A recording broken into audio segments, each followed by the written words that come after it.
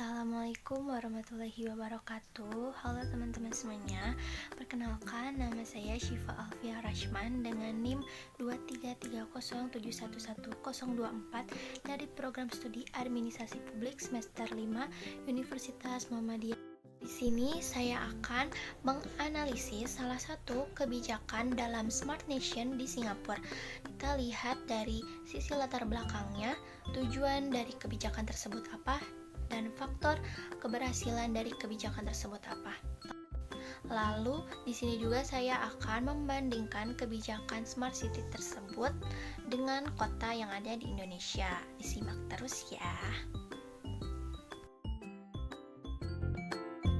Di Singapura memiliki kerangka kebijakan nasional yang dimana disebut Smart Nation di Singapura, yaitu kebijakan payung yang ditetapkan oleh pemerintah nasional untuk mengarahkan transformasi digital dan pembangunan perkotaan secara menyeluruh.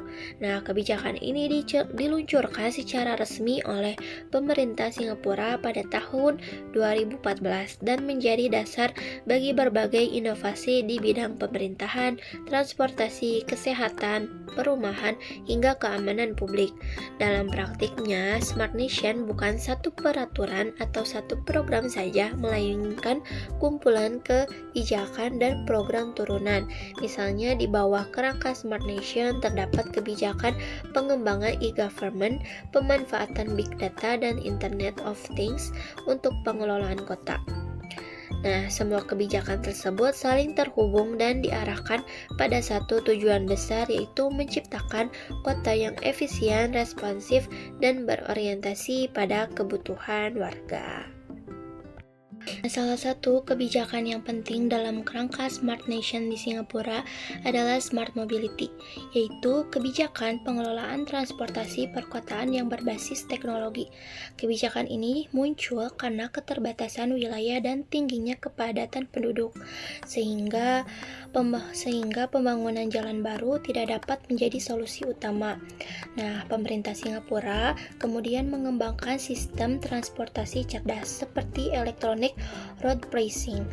Nah, itu integrasi transportasi umum serta manajemen lalu lintas berbasis data.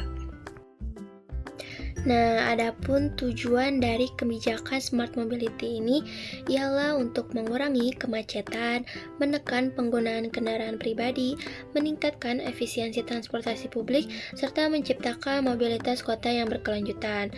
Kebijakan ini juga diarahkan untuk meningkatkan kenyamanan dan kepastian waktu perjalanan bagi masyarakat. Keberhasilan kebijakan Smart Mobility di Singapura ini tentu didasari oleh beberapa faktor kunci. Yang pertama, adanya kepemimpinan pemerintah yang kuat dan konsisten dalam mengendalikan sektor transportasi, termasuk keberanian mengambil kebijakan yang tidak selalu populer, seperti pembatasan kepemilikan kendaraan. Yang kedua ialah kesiapan infrastruktur teknologi, mulai dari sensor lalu lintas, sistem pembayaran digital, hingga pusat kendali transportasi yang terintegrasi. Yang ketiga, ada koordinasi lintas lembaga yang efektif antara otoritas transportasi, perencana kota, dan pengembangan teknologi. Nah, yang keempat, ada tingkat kedisiplinan dan literasi digital masyarakat yang tinggi, sehingga kebijakan berbasis teknologi ini dapat diterima dan dijalankan secara optimal. Nah, adapun dampak dari kebijakan Smart Mobility di Singapura ini yang terlihat secara lebih nyata dalam kehidupan perkotaan, yaitu tingkatnya kemacetan relatif terkendali meskipun kepadatan penduduk tinggi. Transportasi publik ini menjadi tulang punggung mobilitas warga dengan tingkat keandalan dan kenyamanan yang tinggi.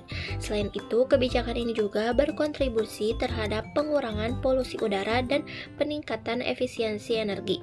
Di sisi lain, kebijakan ini juga menimbulkan tantangan, seperti biaya transportasi yang relatif mahal bagi sebagian masyarakat. Namun, pemerintah mengimbanginya dengan memberikan subsidi dan peningkatan kualitas layanan angkutan umum. Nah, jika kita bandingkan dengan kebijakan transportasi berbasis Smart City di kota Indonesia, khususnya di Jakarta, yang dimana terdapat persamaan sekaligus perbedaan yang cukup signifikan.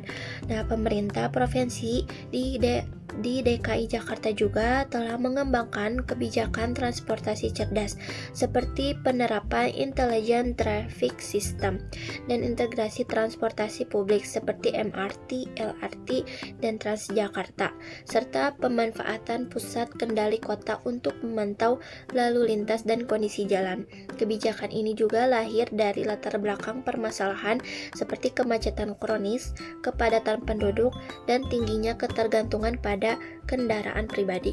Nah, namun dalam implementasinya, kebijakan Smart Mobility di Jakarta menghadapi tantangan yang lebih kompleks. Skala kota yang jauh lebih besar, heterogenitas sosial ekonomi masyarakat, serta koordinasi lintas instansi yang belum sepenuhnya optimal, yang dapat memengaruhi efektivitas kebijakan. Berbeda dengan Singapura yang mampu mengendalikan kepemilikan kendaraan secara ketat. Nah, Jakarta ini masih menghadapi resistensi sosial dan politik dalam menerapkan kebijakan pembatasan kendaraan yang tegas. Akibatnya, meskipun teknologi ini telah digunakan dalam dampak terhadap pengurangan kemacetan ini juga belum sepenuhnya optimal. Nah, jadi secara keseluruhan, perbandingan ini menunjukkan bahwa kebijakan Smart Mobility di Singapura itu merupakan contoh implementasi Smart City yang terintegrasi antara teknologi, regulasi, dan tata kelola yang kuat. Sementara itu, di kota Jakarta telah berada pada jalur yang sama, tetapi masih membutuhkan penguatan dalam hal konsistensi kebijakan, koordinasi kelembagaan, dan perubahan perilaku masyarakat. Pengalaman Singapura ini dapat menjadi pembelajaran penting bagi kota-kota di Indonesia bahwa keberhasilan kebijakan Smart City tidak hanya ditentukan oleh kecanggihan teknologi, tetapi juga oleh keberanian kebijakan, kualitas institusi, dan kesiapan sosial masyarakat. Nah, mungkin secara keseluruhan, perbandingan ini menunjukkan bahwa kebijakan Smart Mobility di Singapura ini merupakan contoh implementasi Smart City yang terintegrasi antara teknologi, regulasi, dan tata kelola yang kuat. Sementara itu, kota Jakarta itu telah berada di jalur yang sama, tetapi masih membutuhkan penguatan dalam hal konsistensi kebijakan, koordinasi kelembagaan, dan perubahan perilaku masyarakat.